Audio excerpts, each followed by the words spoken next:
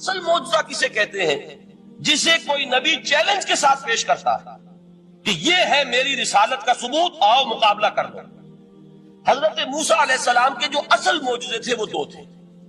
ایک عصا، جس کا کہ مقابلہ کیا آپ کو معلوم ہے کہ فرعون نے تمام جو جادوگر تھے پوری مملکت کے انہیں جمع کیا اور مقابلہ کیا۔ تو جس چیز کو کہ پیش کیا جائے چیلنج کے ساتھ کہ آؤ تو مقابلہ کر لو، وہ اصل معجزہ ہوتا ہے اس نبی اور رسول۔ تو حضور صلی اللہ علیہ وسلم کا اصل معجزہ، یعنی معجزات، آپ یہ موالتے میں مبتلا نہ ہو، میں بقیہ معجزات کی نفی نہیں کر رہا، یہ واقعات اپنی جگہ حق ہیں کہ حضور کو پتھر سلام کرتے تھے۔ حضور صلی اللہ علیہ وسلم جس کھجور کے تنے کے ساتھ ٹیک لگا کر خطبہ دیا کرتے تھے، جبکہ ابھی مسجد نبی میں ممبر نہیں بنا تھا، جب تعداد زیادہ ہو گئی مسلمانوں کی اور ضرورت محسوس ہوئی کہ ذرا بلند مقام پر کھڑے ہو کر آپ خطبہ ارشاد فرمائیں، تو پھر وہ ممبر بنا کر رکھا گیا۔ پہلے مرتبہ جب آپ ممبر پر چڑھ رہے تھے خطبہ دینے کے لیے، تو اس کھجور کے سوکھے تنے میں سے ایسی آواز آئی جیسے کوئی بچہ بلک بلک کر رو رہا ہو کہ وہ سعادت جو مجھے حاصل رہی تھی آج تک میں محروم ہو گیا۔ تو یہ انبیاء کا مقام ہے۔ مولانا روم نے اسی لیے کہا ہے کہ فلسفی کو منکر حنانہ است، از حواس انبیاء بیگانہ است۔ فلسفی اور عقلیت پرست انسان وہ تو حنانہ کا انکار کر دے گا، کیسے ممکن ہے سوکھا تنا اور اس کے اندر سے بچے کی طرح بلکنے کی آواز آئے، لیکن یہ اس لیے کہ وہ انبیاء کے خصوصی احوال جو ہے ان کو جانتا نہیں۔ اس قسم کے خرق عادت واقعات حضور کی زندگی میں بھی بے شمار ہیں، لیکن حضور کا وہ معجزہ جس میں تحدی کے ساتھ چیلنج کے انداز میں کہا گیا کہ آؤ مقابلہ کرو، وہ صرف اور صرف قرآن ہے۔ چنانچہ آپ سورہ بنی اسرائیل میں دیکھیں گے قُلْ لَئِنِ اجْتَمَعَتِ الْإِنسُ وَالْجِنُّ عَلَىٰ أَن يَأْتُوا بِمِثْلِ هَٰذَا الْقُرْآنِ لَا يَأْتُونَ بِمِثْلِهِ وَلَوْ كَانَ بَعْضُهُمْ لِبَعْضٍ ظَهِيرًا۔ اے نبی چیلنج کر دیجئے، اگر تمام انسان اور تمام جن مل کر یہ چاہیں کہ اس قرآن جیسی کوئی تصنیف کر دیں، تو چاہے وہ ایک دوسرے کا کتنی بھی اس میں مدد کریں اور تعاون کریں، وہ ہرگز قرآن جیسی کتاب تصنیف نہیں کر سکتے۔ اس سے آگے بڑھ کر یہ بات کہی گئی، اچھا پورا قرآن نہیں لا سکتے، اس قرآن کی طرح کی 10 صورتیں ہی تصنیف کر لو۔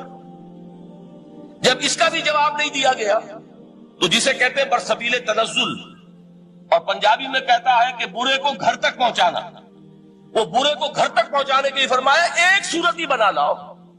یہ سورہ ہود میں اور سورہ یونس میں یہ مضمون آیا، اور پھر سورہ بقرہ میں ہجرت کے بعد جو پہلی سورت نازل ہوئی اس میں پھر اس کو دوہرا دیا گیا، وَإِن كُنتُمْ فِي رَيْبٍ مِّمَّا نَزَّلْنَا عَلَىٰ عَبْدِنَا فَأْتُوا بِسُورَةٍ مِّن مِّثْلِهِ وَادْعُوا شُهَدَاءَكُم مِّن دُونِ اللَّهِ إِن كُنتُمْ صَادِقِينَ۔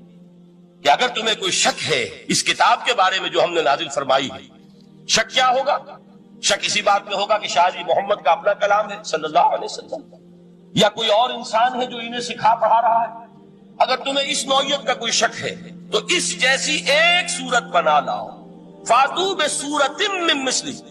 اور نوٹ کیجئے گا سورۃ العصر بھی صورت ہے، سورۃ الکوثر بھی صورت ہے، 3 آیات بھی اگر ایسی تم تصنیف کر کے لے آؤ تب تو تمہیں کچھ شک کرنے کا حق حاصل ہوگا، اور اگر نہیں کر سکتے تو جان لو فَإِن لَّمْ تَفْعَلُوا وَلَن تَفْعَلُوا۔ پھر اگر تم ایسا نہ کر سکو اور ہرگز نہیں کر سکو، ذرا چیلنج کا انداز دیکھیں کہ ہرگز نہیں کر سکو، فَاتَّقُوا النَّارَ الَّتِي وَقُودُهَا النَّاسُ وَالْحِجَارَةُ، ڈرو اس آگ سے جس کا ایندھن بنیں گے انسان اور پتھر۔ اب اس بات کو سمجھیے کہ تاریخی حقیقت ہے جس کا کوئی کافر انکار نہیں کر سکتا کہ وہ کوئی شخص اس چیلنج کو قبول کرنے کی جرات نہیں کر سکتا۔ اگر جھوٹ موٹ کو بھی کوئی کھڑا ہو جاتا اور کہتا کہ ٹھیک ہے میں نے یہ ایک صورت بنائی ہے اور میرا دعویٰ یہ ہے کہ یہ قرآن جیسی ہے، تو ایک کنٹروورسی تو پیدا ہو جاتی ہے۔ کچھ لوگ چاہے کہتے کہ نہیں یہ قرآن کے سطح کی نہیں ہے، لیکن یہ کہ اس کا دعویٰ تو ہو جاتا ہے۔ لیکن تاریخ یہ بتا رہی ہے کہ سرے سے کسی شخص نے اس کی جرات نہیں کی، اس درجے وہ قرآن سے مرعوب ہوئے۔ تو حضور کا سب سے بڑا معجزہ جو آج تک زندہ ہے، اس کو ذہن میں رکھیے، میں نے جو حضرت موسیٰ حضرت عیسیٰ کے معجزات گنوائے ہیں وہ در حقیقت ان کی اپنی ذات کے ساتھ تھے۔ ید بیضا موسیٰ کے ساتھ تھا، عصا معجزہ اس وقت تھا جب موسیٰ کے ہاتھ میں تھا، اس کے بعد کئی 100 برس تک وہ صندوق سکینہ جو ہے، تابوت سکینہ، اس میں وہ عصا رکھا رہا، لیکن اب وہ معجزہ نہیں تھا، وہ سوکھی لکڑی تھی، اس کے سوا کچھ نہیں۔ تو تمام انبیاء اور رسول کے معجزے ختم ہو گئے، وہ ان کی ذات کے ساتھ تھے۔ محمد الرسول اللہ کی رسالت دائمی ہے تا قیام قیامت، لہذا معجزہ بھی آپ کا دائمی ہے، وہ معجزہ آج بھی موجود ہے۔ البتہ میں ادھر ضرور توجہ دلاؤں گا کہ قرآن مجید کے اعجاز کے 3 پہلو ہیں۔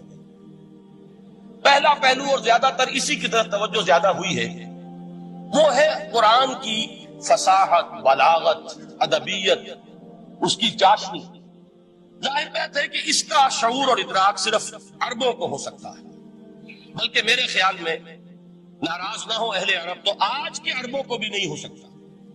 یہ اسی دور کے عرب، ان کی اپنی جو اس وقت کی زبان تھی، اس زبان میں فصحاء، بلغاء، شعراء، خطباء، ان کو اتنا ذوق تھا کہ وہ باقی پوری دنیا کو کہتے تھے یہ گونگے ہیں، بولنا ہمیں آتا، خطیب ہم ہیں، شاعر ہم ہیں، خطبہ ہم دے سکتے ہیں، شعر ہم کہہ سکتے ہیں، باقی سب تو عجمی ہیں، گونگے ہیں، ان کے اندر نہ فصاحت ہے، نہ بلاغت ہے، نہ ان کے کلام میں چاشنی ہے، نہ اس کے اندر کوئی شکوہ ہے۔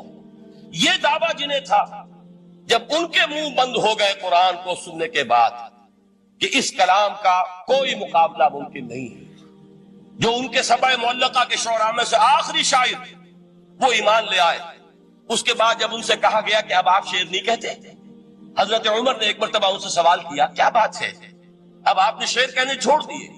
تو ان کا جواب یہ تھا اب بعد القرآن، کیا اب قرآن کے بعد بھی اس کا امکان ہے کہ کوئی شخص اپنی فصاحت اور بلاغت کا کوئی اظہار کرنا چاہتا ہے؟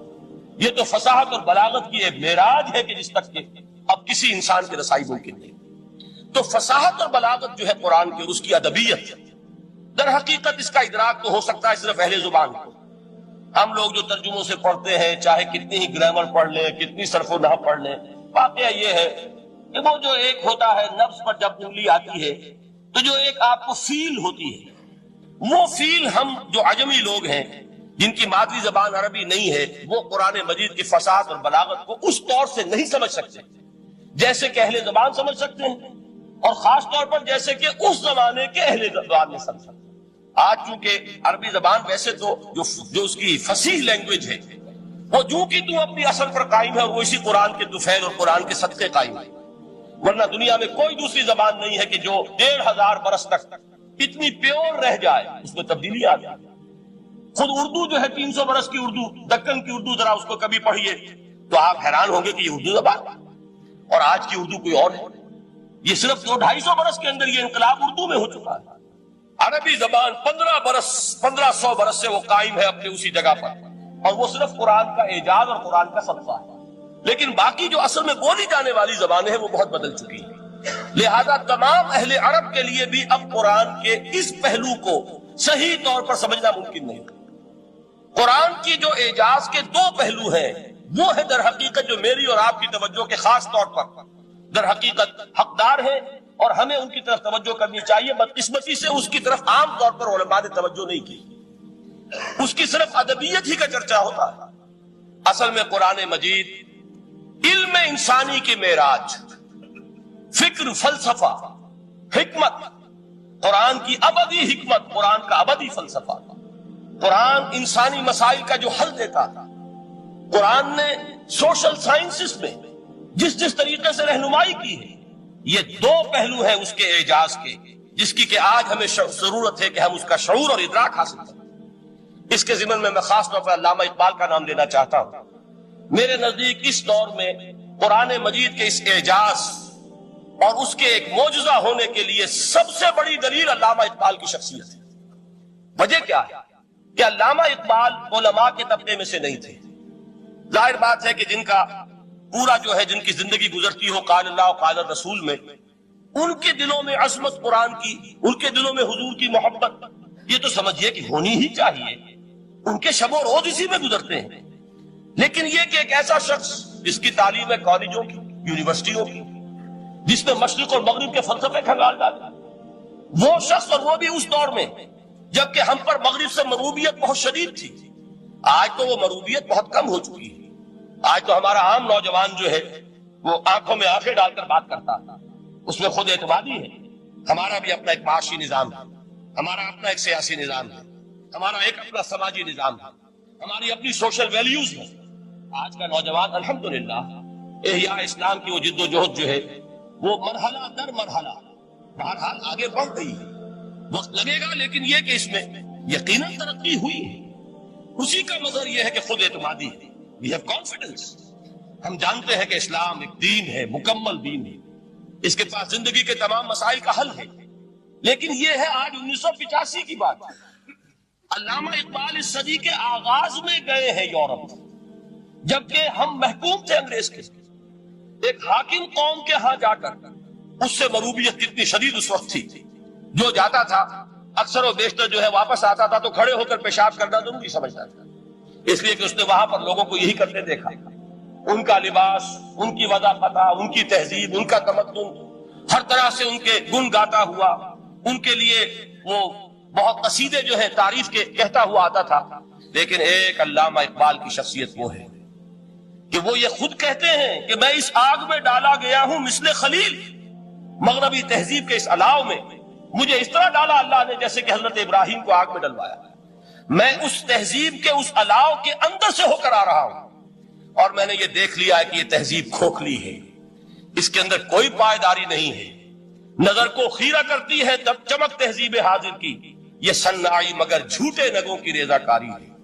اور دیار مغرب کے رہنے والوں، خدا کی بستی دکان نہیں ہے، کھڑا جسے تم سمجھ رہے ہو وہ اب ذرے کا معیار ہوگا۔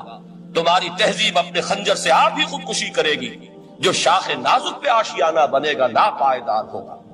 اب آپ اندازہ کیجئے وہ شخص جو بنیادی طور پر فلسفی ہے، فلسفے کا طالب علم، وہ جرمنی اور انگلستان میں جا کر فلسفے کھنگالنے کے بعد اسے اگر تسکین حاصل ہوئی، اس کی جو علم کی پیاس تھی اگر اسے سیری حاصل ہوئی تو صرف قرآن کے ذریعے سے، نہ کہیں جہاں میں اما ملی، جو اما ملی تو کہاں ملی میرے جرم خانہ خراب کو تیرے عفو بندہ نواز میں۔ یہ وہ شخص ہے آخری زندگی میں ان کا کام صرف ایک رہ گیا تھا، قرآن کی تلاوت۔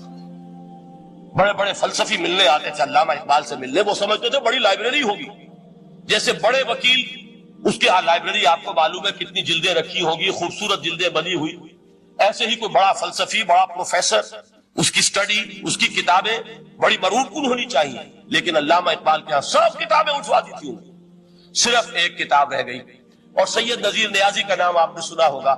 انہوں نے جب یہ گواہی دی ہے، یہ واقعہ شاید آپ کے علم میں نہ آیا ہو، یہ بہت اہم واقعہ ہے۔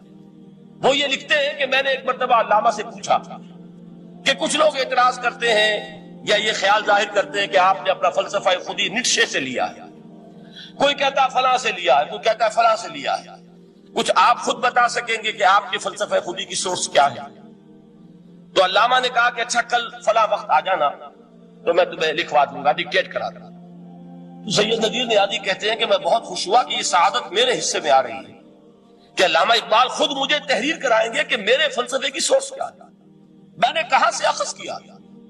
دوسرے روز وہ گئے، حاضر ہوئے، بڑے ہی ارمانوں کے ساتھ پینسل اور کاپی لے کر بیٹھے۔ علامہ نے فرمایا ذرا قرآن مجید نکال لاؤ۔ وہ قرآن مجید لائے، حیران ہوئے، یہ فلسفے کا سورس مجھے ڈکٹیٹ کرانے چلے تھے، یہ قرآن مجید کہہ رہے۔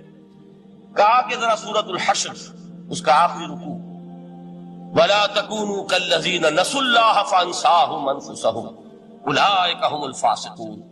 اے لوگوں، ان لوگوں کے مانند نہ ہو جانا جنہوں نے اللہ کو بھلا دیا، تو اللہ نے انہیں اپنی خودی سے غافل کر دیا، اپنے آپ سے بیگانہ بنا دیا، یہی ہے لوگ جو فاسق ہیں۔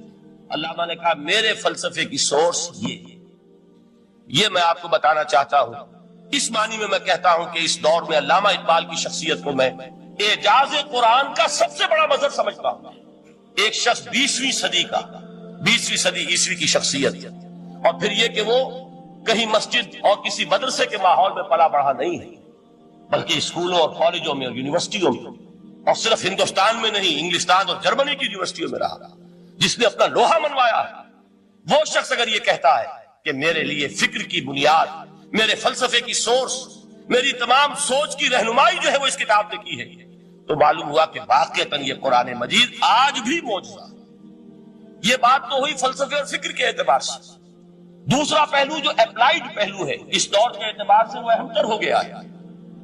انسان کے لیے جو پیچیدہ تمدنی مسائل ہیں، سیاسی مسائل کو کیسے حل کیا جائے، معاشی مسائل کا حل کیسے ہو، سماج میں توازن کیسے ہو، مرد اور عورت کے درمیان توازن کیسے ہو، ہوتا کیا ہے، یا عورت بھیڑ بکری کی طرح کی ملکیت بن جاتی ہے. ہمارے ہاں اردو میں جو اس کا محاورہ ہے کہ جوتی کی نوک، یہ اس کی حیثیت ہو جائے گی. یا دوسری طرف عورت کلوپیٹرا بن کر قوموں کی قسمتوں سے کھیلے گی. دنیا میں یہ دو انتہائیں ہوئی. کہاں نقطۂ عدل کہاں ہے؟ کیسے بیلنس جو ہے اسٹرائک کیا جائے، مردوں کے حقوق اور فرائض اور خواتین کے حقوق اور فرائض، اس میں صحیح ترین ایکویشن ہے کیا؟ اسی طریقے سے فرد اور اجتماع، فرد اور ریاست. یا تو یہ کہ انسان کی انفرادی آزادی اتنی جا رہی ہے، مادر پدر آزاد، جس کا مظہر یہ ہے کہ آج انگلستان میں دو مرد بھی میاں اور بیوی کی حیثیت سے رہ سکتے ہیں. قانون تسلیم کرے گا ہسبینڈ اینڈ وائف، ان کو وہی حقوق حاصل ہو. یہ ہے وہ آزادی. اور یا پھر یہ ہے کہ جو روس میں ہے یا دوسرے ممالک میں ہے کہ آزادی بالکل ختم، اور معلوم ہوا کہ ایک ٹوٹلیٹیرین سوسائٹی، مستبدانہ نظام. ان کے درمیان نقطۂ عدل کہاں ہے؟ اسی طرح سرمایہ اور محنت. اگر ذرا سا سرمایہ کو چھوٹ ملتی ہے، وہ مزدور کا خون چوستا اور اس کا حق اس کو نہیں دیتا. اقبال نے بہت خوبصورت انداز میں کہا ہے کہ خواجہ از خون رگے مزدور سازد لال ناب، از جفائے دہ خدایاں کشت دہ کا نا خراب. انقلاب انقلاب انقلاب. ایک طرف سرمایہ دار ہے جو مزدور کی رگوں میں سے خون نچوڑ کر سرخ شراب کا پیمانہ لے کر بیٹھا ہوا ہے، وہ در حقیقت مزدور کا خون ہے جو پی رہا ہے. ایک طرف وہ زمیندار اور جاگیردار ہے جو کاشتکار کا خون جو ہے چوس رہا ہے. تو یہ یا تو یہ انتہا ہے، اور یا یہ ہے کہ اگر ذرا آپ مزدور کو یا کارکن کو تھوڑا تحفظ دیجئے تو وہ کام نہیں کرتا. ہمارے ہاں پچھلے دور میں یہی ہوا تھا.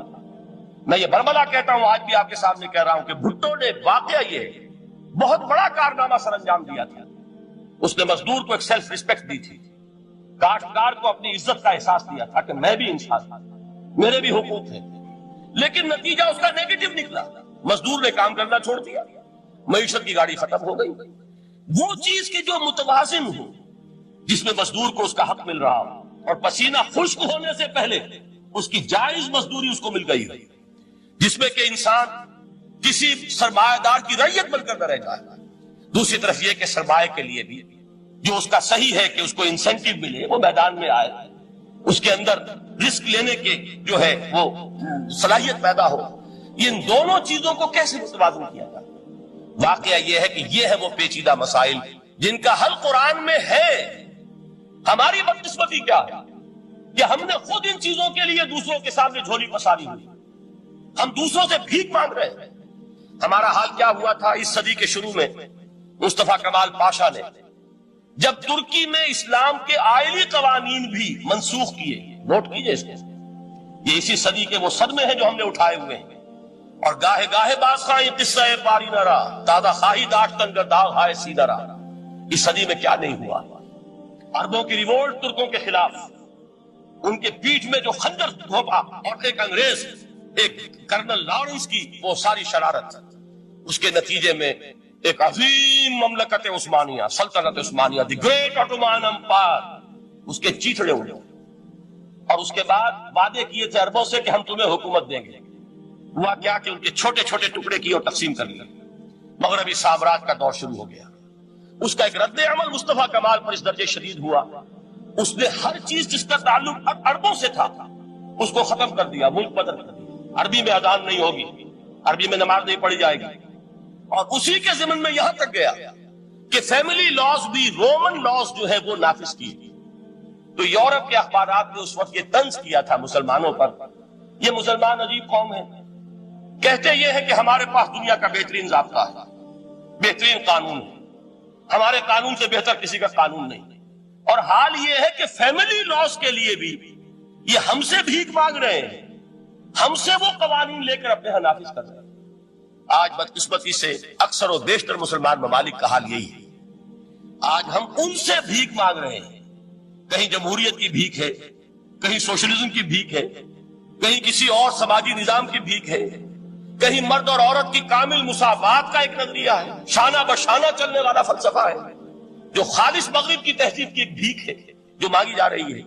کاش کہ آج قرآن کے اس اصل اعجاز کی طرف، جو اس کا اصل معجزہ اس دور کے لیے، میں نے عرض کیا کہ اعجاز قرآنی کا وہ معجزہ کہ وہ فصاحت اور بلاغت کی معراج ہے. وہ یا تو اپریشیٹ کر سکتے اہل عرب، اور اہل عرب میں سے بھی حقیقت میں وہ جو قدیم جاہلی شاعری کے جاننے والے ہیں جو بہت کم رہ گئے ہیں، وہ جان سکتے ہیں کہ جب قرآن نازل ہوا تو کیوں زبانیں گنگ ہو گئی تھی، کیوں کوئی ایک شخص جھوٹ موٹ کو بھی مدعی بن کر نہیں آ سکا کہ یہ میں نے قرآن کی جیسی ایک کتاب یا قرآن جیسی ایک سورت یا قرآن کی طرح کے چند جملے میں نے موضوع کر دیے ہیں. لیکن دوسرا پہلو ہے فکر اور فلسفہ، اس کے اعتبار سے جس کا سب سے بڑا ثبوت اس دور میں علامہ اقبال. اور تیسرا پہلو ہے Islamic social sciences, political science, economics, sociology. اس میں جو کچھ قرآن نے دیا ہے، جو آج بھی انسان کی رہنمائی کے لیے بہترین نظام ہے، اس نظام کو ہم سمجھے، اسے دنیا کے سامنے پیش کریں، تب در حقیقت قرآن مجید کا اعجاز سامنے آئے. یہ دو پہلو تو میں نے عرض کیے ہیں کہ جو کسی غیر مسلم کو بھی نظر آئے. قرآن کا پریزروڈ ہونا، اس کی انٹیگریٹی، اوتھینٹسٹی، یہ چیزیں وہ ہے کہ جو سب نے مانی. قرآن کے ذریعے تاریخ انسانی کا عظیم ترین انقلاب برپا ہونا، یہ وہ بات ہے کہ جو کسی اندھے کو بھی دیکھنی پڑتی ہے. اس حقیقت کا اعتراف دشمن کو بھی کرنا پڑتا. میں یاد دلا دوں آپ کو، ایچ جی ویلز، آپ نے نام سنا ہوگا، سائنٹیفک فکشن میں اس کا بڑا اونچا مقام ہے، لیکن اس نے تاریخ نسل انسانی پر بھی دو کتابیں لکھی، a short history of the world اور a concise history of the world. Concise history of the world میں وہ شخص حضور کے ذکر پر جب آتا ہے تو میں صرف ذکر کر رہا ہوں، نقل کفر نہ باشد، اس نے حضور کی شخصیت پر بڑے رقیق حملے کیے ہیں، بڑے گھٹیا حملے کیے. حضور کی خاص طور پر تعدد ازدواج کا جو معاملہ ہے، یہ کڑوی گولی ان کے حلق سے اتر نہیں سکتی، اس لیے کہ ان کا آئیڈیل ہے حضرت مسیح اور حضرت یحییٰ، جان دی بیپٹسٹ اینڈ جیسس آف نزارت. ان دونوں نے ایک شادی بھی نہیں کی، تجرد کی زندگی بسر کی، لہذا ایک شادی بھی ان کے نزدیک گھٹیا فعل ہے. تو حضور نے تو کی ہیں 11 شادیاں، 11 نکاح کے. یہ جو کڑوی گولی ہے یہ ان کے حلق سے نیچے نہیں اترتی، اس لیے میں انہیں معذور سمجھتا ہوں. تو اس نے اس پہلو سے تو بڑے حملے کیے، لیکن خطبہ حجۃ الوداع کے وہ جملے جو ہے تاریخی، پورے کے پورے اس نے کوٹ کیے. لا فضل لعربی علی عجمی ولا لعجمی علی عربی ولا لأحمر علی اسود ولا لأسود علی احمر الا بالتقوی کلکم بنو آدم وآدم من تراب. کسی عرب کو کسی عجمی پر کوئی فضیلت نہیں، کسی عجمی کو کسی عرب پر کوئی فضیلت نہیں، کسی گورے کو کسی کالے پر کوئی فضیلت نہیں، کسی کالے کو کسی گورے پر کوئی فضیلت نہیں سوائے تقوی کے. تم سب کے سب آدم کی اولاد ہو اور آدم مٹی سے بنائے گئے. یہ الفاظ لکھ کر کہتا ہے کہ جہاں تک human fraternity, equality and freedom, 3 الفاظ نوٹ کیجئے، انسانی حریت، انسانی مساوات، انسانی اخوت، کہتا ہے جہاں تک ان 3 چیزوں کے بعض ہیں، سرمنس کا تعلق ہے، وہ تو دنیا میں پہلے بھی بہت کہے گئے. عیسائی ہونے کے باوجود خاص طور پر نام لیتا ہے جیسس آف نزارت. سرمنس تو حضرت مسیح کے ہاں بھی بہت مل جائیں گے کہ تمام انسان برابر ہیں، سب کو بھائی بھائی ہونا چاہیے، سب انسان آزاد ہیں، تمیز بندہ و آقا فساد آدمیت ہے. لیکن وہ کہتا ہے کہ یہ ماننا پڑتا ہے تاریخ انسانی میں پہلی مرتبہ ان اصولوں پر ایک انسانی معاشرہ قائم کیا محمد نے صلی اللہ علیہ وسلم. یعنی حضور کے ساتھ یہ معاملہ ایمپٹی سلوگنز کا نہیں ہے، یہ صرف واز نہیں ہے، یہ صرف سرمنز نہیں ہیں، یہ ایمپٹی سلوگنز نہیں ہیں. He translated these things into actuality. ایک حقیقت، ایک واقعہ کی شکل دی ہے محمد نے صلی اللہ علیہ وسلم. وہ معاشرہ پیدا کیا جس میں انسانی اخوت، انسانی مساوات اور انسانی حریت، یہ تینوں اقدار میں تمام و کمال موجود تھی. یہی وجہ ہے اس صدی میں نوٹ کیجئے، گاندھی جی، موہن داس کرم چند گاندھی، جس کو آج پوری دنیا میں تسلیم کیا جاتا ہے، عالم عرب میں بھی مہاتما گاندھی کی بڑی عزت ہے. پنڈت نہرو کا کسی زمانے میں استقبال ہوا تھا ریاض میں، تو ہمیں بہت غصہ آیا تھا کہ مرحبا برسول السلام، welcome to the prophet of peace. یہ الفاظ تھے کہ جن سے پنڈت نہرو کا استقبال ہوا تھا. غصہ ہمیں بہت آیا، یہ رسول کا لفظ استعمال کر دیا انہوں نے. بعد میں ہم نے سوچا بھائی رسول کے معنی ان کے ہاں ایلچی کے ہیں، تو انہوں نے اس کو اپنی جو بھی غلطی میں سمجھا یا صحیح سمجھا، اس کو چھوڑ دیجئے، میں کوئی سیاسی گفتگو نہیں کرنا چاہتا. انہوں نے سمجھا کہ یہ شخص اس وقت امن کا پیغام بر ہے، لہذا اس کو ویلکم کیا. بہرحال گاندھی جی کا جہاں تک معاملہ ہے، آپ کے علم میں ہے کہ پوری دنیا میں اس شخص کی عظمت کو تسلیم کیا گیا ہے۔ ہمارا معاملہ ہندوستانی مسلمانوں کا معاملہ یہ دوسرا ہے۔ وہ تو آپ کو معلوم ہے کہ جوتا جسے کاٹتا ہے اسے پتا چلتا ہے کہ یہ جوتی کاٹ رہی ہے، ورنہ دیکھنے والے کو پتا چلے گا بڑا خوبصورت جوتا ہے، بڑا عمدہ جوتا ہے، کوئی اس میں خرابی نہیں ہے، لیکن جسے وہ پنچ کر رہی ہے اسے پتا ہے کہ یہ ہے کیا۔ اس اعتبار سے ہمارا معاملہ علیحدہ ہے، لیکن دنیا کو وہ بہت خوبصورت اور بہت ہی اعلیٰ اور بہت ہی اونچی شخصیت ایک نظر آتی ہے۔ بہرحال ایک پہلو سے یقیناً ماننا پڑے گا اس کی عظمت کو، کہ ہندو قوم کے لیے اور ہندوستان کے لیے، اس کی آزادی کے لیے جو عظیم جدوجہد کی ہے، اس میں کوئی شک نہیں۔ میں اس وقت جو بات عرض کرنا چاہتا ہوں کہ 1937 کا تصور کیجیے۔ 1937 میں آپ کو معلوم ہے 1935 میں قانون بنا تھا، اور پہلی مرتبہ الیکشنز ہوئے تھے بر صغیر میں 1937، اور وہ ہوئے تھے صوبائی الیکشنز۔ ان کے نتیجے میں وزارتیں قائم ہوئی، مسلم لیگ نے بائیکاٹ کیا تھا الیکشن کو، لہذا پورے ہندوستان میں تمام صوبوں میں کانگریس کے وزراء کی وزارتیں بنی۔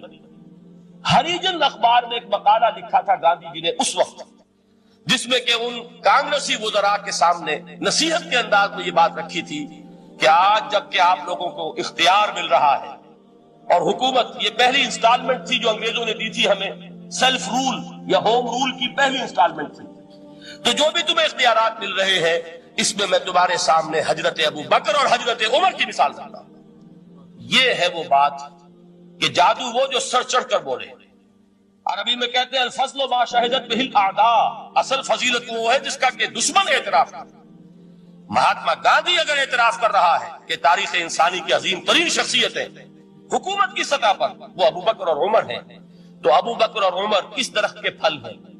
وہ شجرہ طیبہ، شجرہ نبوت ہے کہ جس کے پھل ہے ابو بکر اور عمر، جن کو تربیت دی ہے محمد نے صلی اللہ علیہ وسلم۔ تو معلوم ہوا کہ یہ چیزیں وہ ہیں کہ جس کا لوہا آج دنیا مان رہی ہے، لہذا ہمیں قرآن مجید کے اعجاز کے پہلو سے ان اعتبارات سے خود بھی توجہ کرنی چاہیے اور دنیا کو بھی ادھر متوجہ کرنا چاہیے۔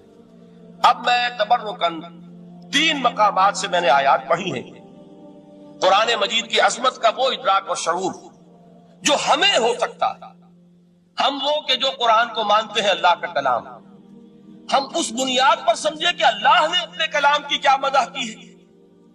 اور نمبر 2 یہ فارسی کا ایک مصرع ہے کہ قدر گوہر شاہ دانت یا بدانت گوہری، ہیرے جواہرات کی قدر و قیمت یا بادشاہوں کو معلوم ہوتی ہے جو ان میں کھیلتے ہیں، اور یا یہ کہ جوہری کو جو ان کا کاروبار کرتا ہے، جانتا ہے، پہچان ہے، پرکھتا ہے۔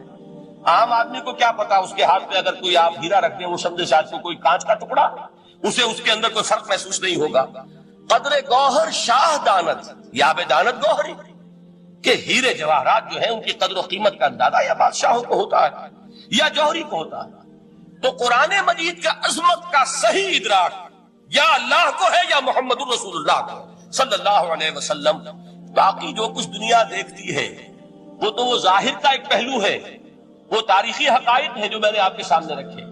باقی قرآن مجید کی عظمت کا کوئی صحیح ادراک ہو سکتا ہے یا وہ اللہ تعالیٰ کی زبانی اور یا ہوگا محمد الرسول اللہ صلی اللہ علیہ وسلم کے فرامین کی وجہ سے۔ اسی لیے میں نے 3 جگہ سے آیات پڑھی ہیں۔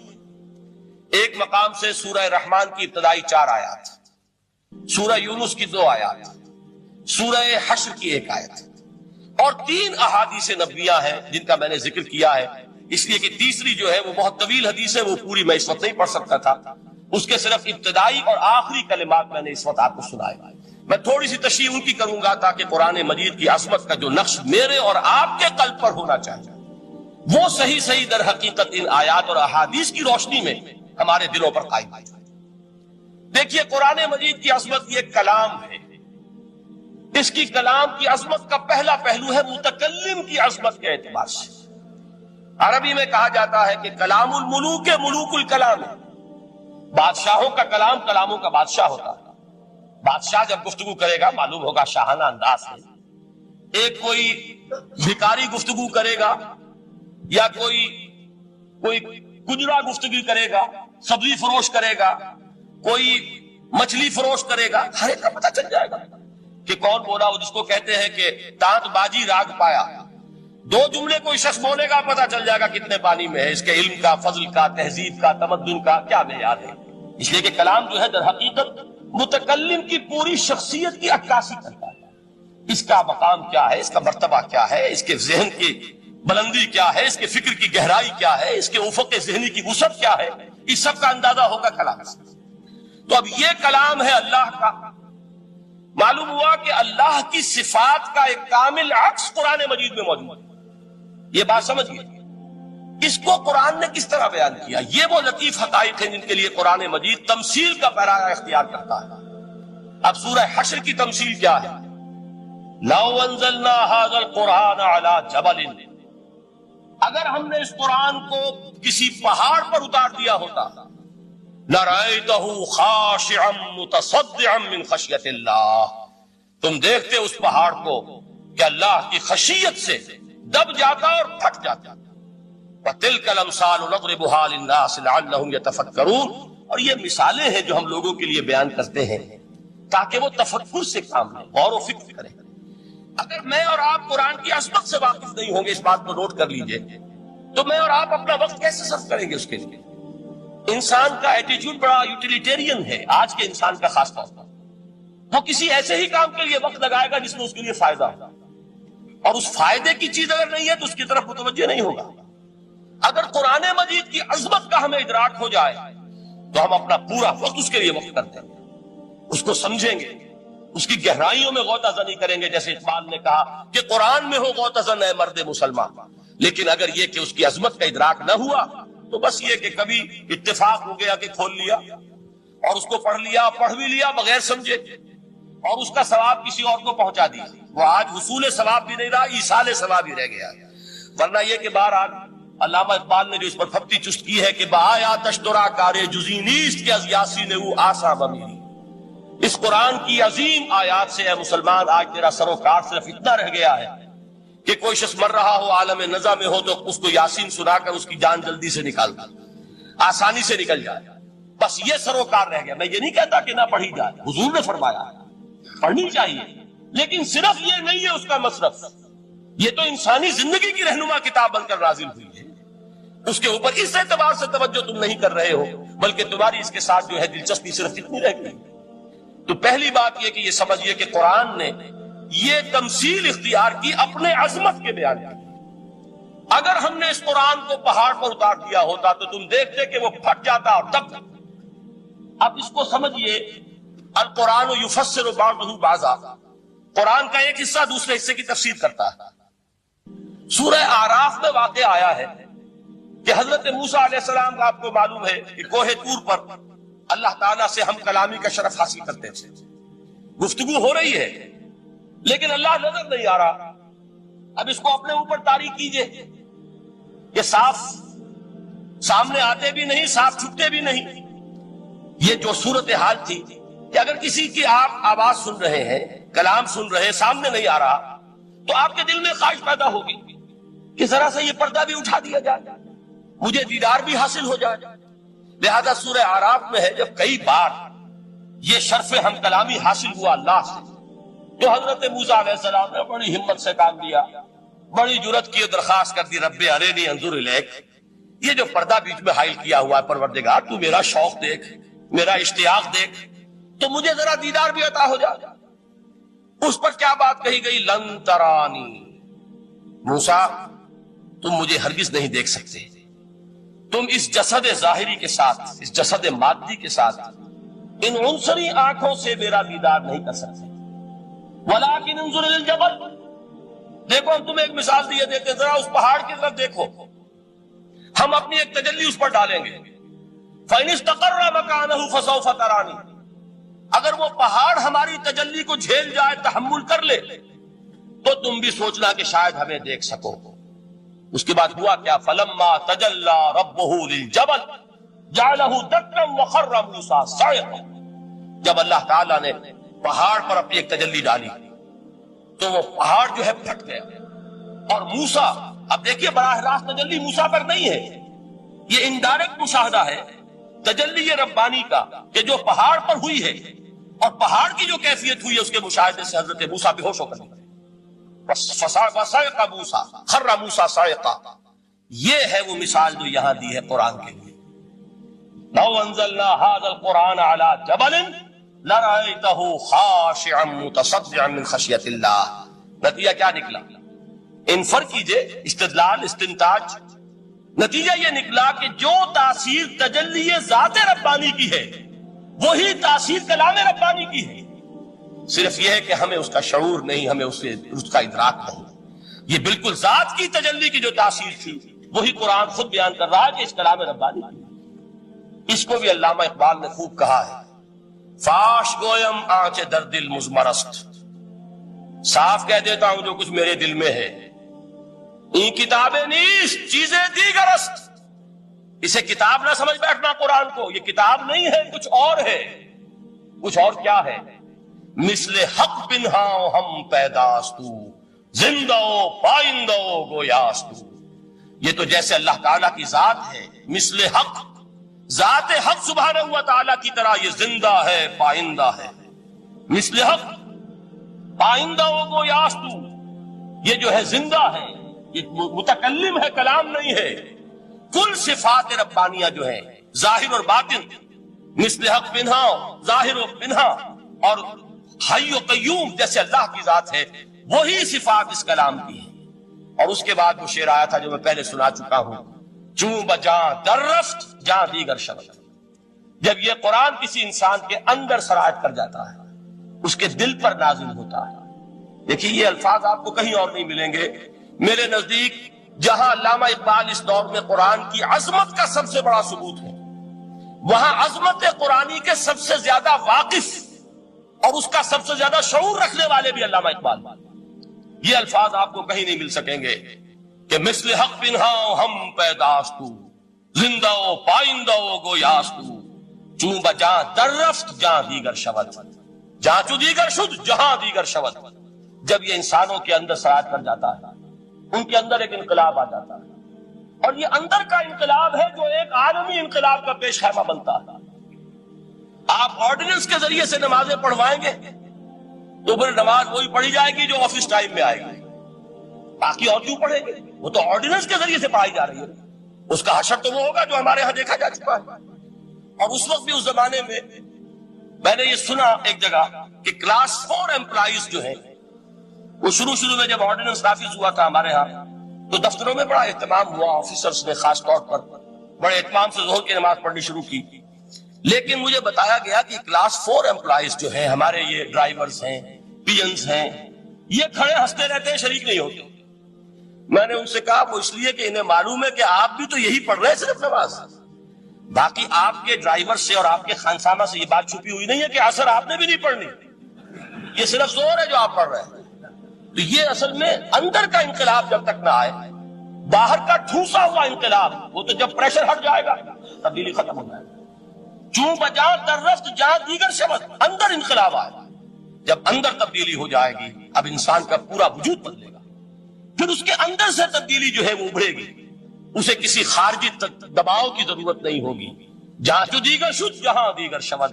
اور جب انسانی شخصیتوں کے اندر یہ انقلاب اندر سے آتا ہے تو پھر وہ عالمی انقلاب بنتا ہے. جیسے کہ محمد رسول اللہ کا انقلاب. واقعہ یہ ہے کہ اگر جوش کانسپیریسی، عبداللہ ابن سبا کی سازش اگر کامیاب نہ ہو گئی ہوتی اور مسلمانوں کے اندر آپس کا اختلاف اور سر پھٹول نہ ہو جاتا، جو حضرت عثمان کی شہادت، پھر حضرت علی کی شہادت رضی اللہ تعالی عنہما، اور حضرت علی کی دوران خلافت کی آپس کے جو جنگیں ہوئی، جنگ جمل، جنگ صفین، جنگ نہروان، اگر یہ نہ ہوئی ہوتی تو جس سپیڈ کے ساتھ اور رفتار کے ساتھ انقلاب محمدی کی توسیع ہو رہی تھی علی صاحب الصلاۃ والسلام، کوئی طاقت دنیا میں نہیں تھی. اقبال نے اس کا بھی نقشہ کھینچا ہے کہ تھمتا نہ تھا کسی سے سیل رواں ہمارا. وہ سیل رواں تھا، کوئی روکنے والا نہیں تھا. انٹرنل سیبوٹاج وہ ہے کہ جس نے اس انقلاب کا راستہ روکا. تو واقعہ یہ ہے کہ وہ اندرونی انقلاب حضور نے برپا کیا قرآن کے ذریعے صحابہ میں. اندر سے جو انقلاب تھا اس نے عرب میں ایک انقلاب کی شکل اختیار کی. اور یہ انقلاب جو ہے اتنی اپنے اندر قوت رکھتا تھا، اتنی پوٹینشیلٹی تھی اس کی کہ وہ 20 برس کے اندر کہاں آکسس دریائے جیہو، کہاں اٹلانٹک. تصور تو کی تاریخ میں اس سے پہلے اتنی بڑی کوئی مملکت قائم ہوئی نہیں. کہاں یمن اور کہاں ایشیا کوچک، ایشیا مائنر، ٹرکی، یہاں سے وہاں اور وہاں سے یہاں. اتنی عظیم مملکت حضرت عثمان رضی اللہ تعالیٰ عنہ کے خلافت میں ہو چکی تھی. یہ بات اگر یہ چلتا معاملہ آگے تو کوئی قوت اب نہیں رہی تھی. سلطنت روما ختم ہو چکی تھی، سلطنت کسرا ختم ہو چکی تھی، پرچے اڑ گئے تھے. اب کون سی طاقت رہ گئی تھی جو سیلاب کا راستہ روکتی؟ یہ وہ یہودی سازش ہے جس نے اندر سے سبوٹاج کیا. بہرحال یہ ہے انقلاب محمدی کا طریقہ، اندر سے تبدیلی. اسی کو علامہ اقبال نے کہا ہے، تیرے ضمیر پہ جب تک نہ ہو نزول کتاب، گرہ کشا ہے ناراضی نہ صاحب کشاف. یہ قرآن اب بھی تم ایسے محسوس کرو کہ جیسے تمہارے دل پر نازل ہو رہا ہے. اور مجھے یاد آیا امام ابن قیم رحمۃ اللہ علیہ، ان کا ایک بڑا پیارا جملہ ہے. وہ کہتے ہیں قرآن کے بعض پڑھنے والے ایسے ہیں کہ جب وہ قرآن کو پڑھتے ہیں تو یوں محسوس کرتے ہیں کہ قرآن مصحف میں لکھا ہوا نہیں ہے، ان کے اپنے دل کے اوپر کندہ ہے، دل کے اوپر سے پڑھ رہے ہیں. یعنی اتنی کامل مطابقت وہ محسوس کرتے ہیں، اپنی فطرت، ہیومن نیچر اور قرآن کے اندر اتنی مطابقت ہے. اس طرح وہ ٹیلی کرتے ہیں ایک دوسرے کے ساتھ کہ محسوس ہوتا ہے کہ وہ کتاب ان صفحات میں لکھی ہوئی نہیں ہے بلکہ لوح قلب پر لکھی ہوئی ہے کہ جہاں سے وہ انسان اسے پڑھ رہا ہے. تو پہلی بات تو قرآن مجید کی آیت کے حوالے سے اس پہلو سے ہمارے سامنے آئی کہ جو تاثیر ہے ذات ربانی کی تجلی کی، وہی تاثیر ہے اس قرآن مجید کی، بشرطے کہ ہمارے دل جو ہیں وہ کچھ اپنے اندر اس استعداد اور صلاحیت کو پیدا کریں. دوسرا مقام ہے سورہ یونس کا. اب کسی کلام کی عظمت کا دوسرا پہلو ہو سکتا ہے اس کی افادیت کے اعتبار سے. اس سے فائدہ کیا ہوگا نوع انسانی کے لیے؟ دیکھیے دو آیات، یہ عظیم خزانے ہیں عظمت قرآن کے. سورہ یونس میں یا ایھا الناس، اے لوگو، قد جاءتکم موعظۃ من ربکم وشفاء لما فی الصدور وہدی ورحمۃ للمؤمنین. چار الفاظ نوٹ کر لیجیے. اے لوگو، آ گئی ہے تمہارے پاس وہ چیز تمہارے رب کی طرف سے جو موعظہ ہے. موعظہ کسے کہتے ہیں؟ نصیحت. اس بات کو ذرا سمجھ لیجیے ترتیب کیا ہے. نصیحت اسے کہتے ہیں،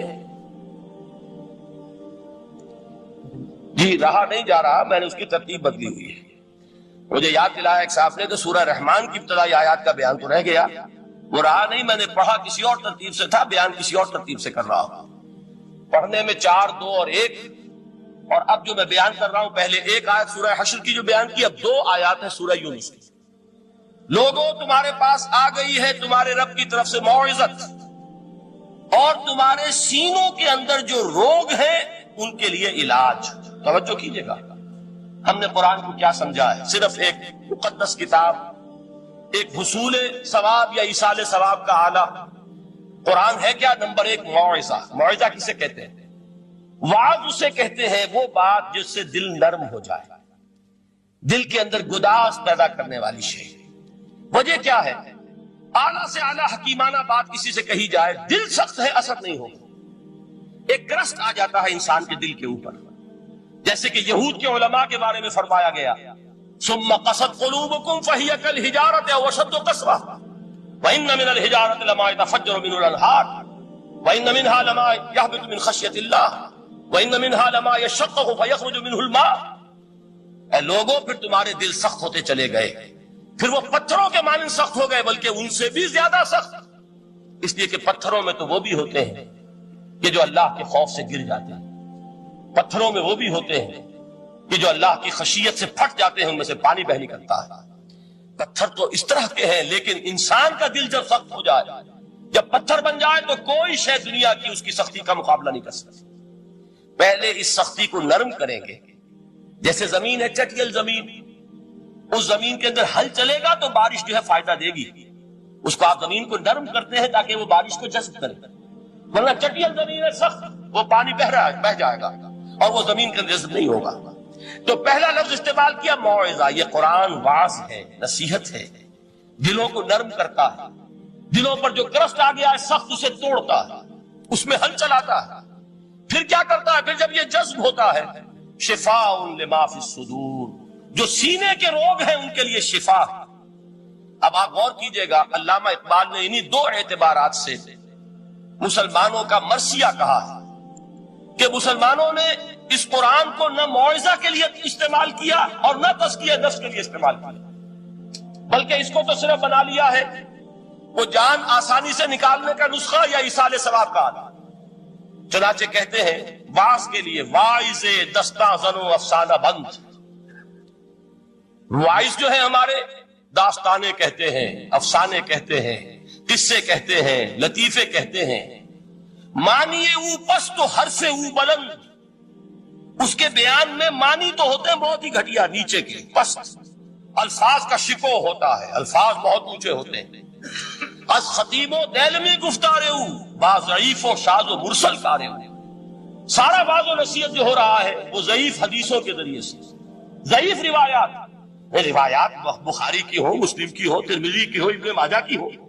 کہاں خطیب بغدادی اور دیلمی، وہ کتابیں کہ جن کی کوئی سند نہیں ہے، وہاں کی روایات کے ذریعے سے لوگوں کو تذکیر کرنے کی کوشش کر رہے ہیں۔ با ضعیف و شاذ و مرسل کارے او، ضعیف روایات، شاذ روایات، مرسل روایات جن کا سلسلہ روایت محمد الرسول اللہ تک متصل نہیں ہے، اس کے ذریعے سے کر رہے ہیں۔ حالانکہ موعظہ، سب سے بڑا موعظہ یہ قرآن تھا۔ قرآن کہتا ہے خود فذکر بالقرآن من یخاف وعید، اے محمد صلی اللہ علیہ وسلم آپ اس قرآن کے ذریعے نصیحت کیجئے۔ یہ قرآن ہے جو دلوں کی سختی کو ختم کرے گا، گداز پیدا کرے گا۔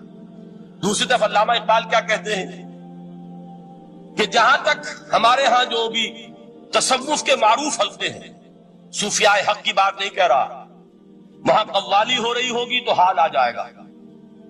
صوفی پشمینہ پوش حال مست، از شراب نغمہ قوال مست، قوال سے جو کچھ مل رہا ہے، حال آ رہا ہے، مستی آ رہی ہے، کیف اور سرور حاصل ہو گیا ہے۔ صوفی پشمینہ پوش حال مست، از شراب نغمہ قوال مست۔ لیکن یہ کہ اس کی محفل میں دردمی سعادت بقرآن محفلش، اس کی محفل میں قرآن کا کہیں گزر نہیں ہے۔ جبکہ محمد الرسول اللہ صلی اللہ علیہ وسلم کی بھی ایک محفل ہوتی تھی، محفل سماع۔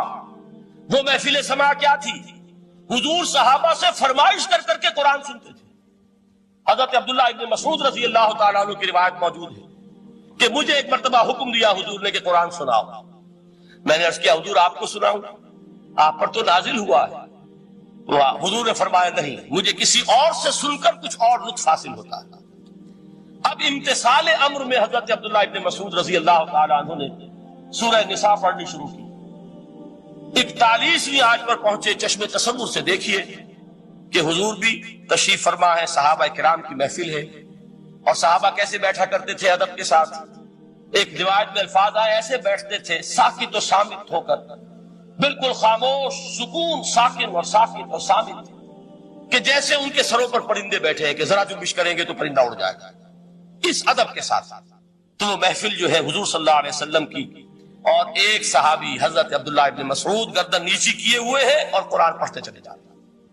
جب اس آیت پر پہنچے فَكَيْفَ إِذَا جِئْنَا مِن كُلِّ أُمَّةٍ بِشَهِيدٍ وَجِئْنَا بِكَ عَلَىٰ هَٰؤُلَاءِ شَهِيدًا، کیا ہوگا اس دن جس دن کہ ہم ہر امت پر ایک گواہ کھڑا کریں گے، اور اے نبی آپ کو گواہ بنا کر لائیں گے ان کے خلاف۔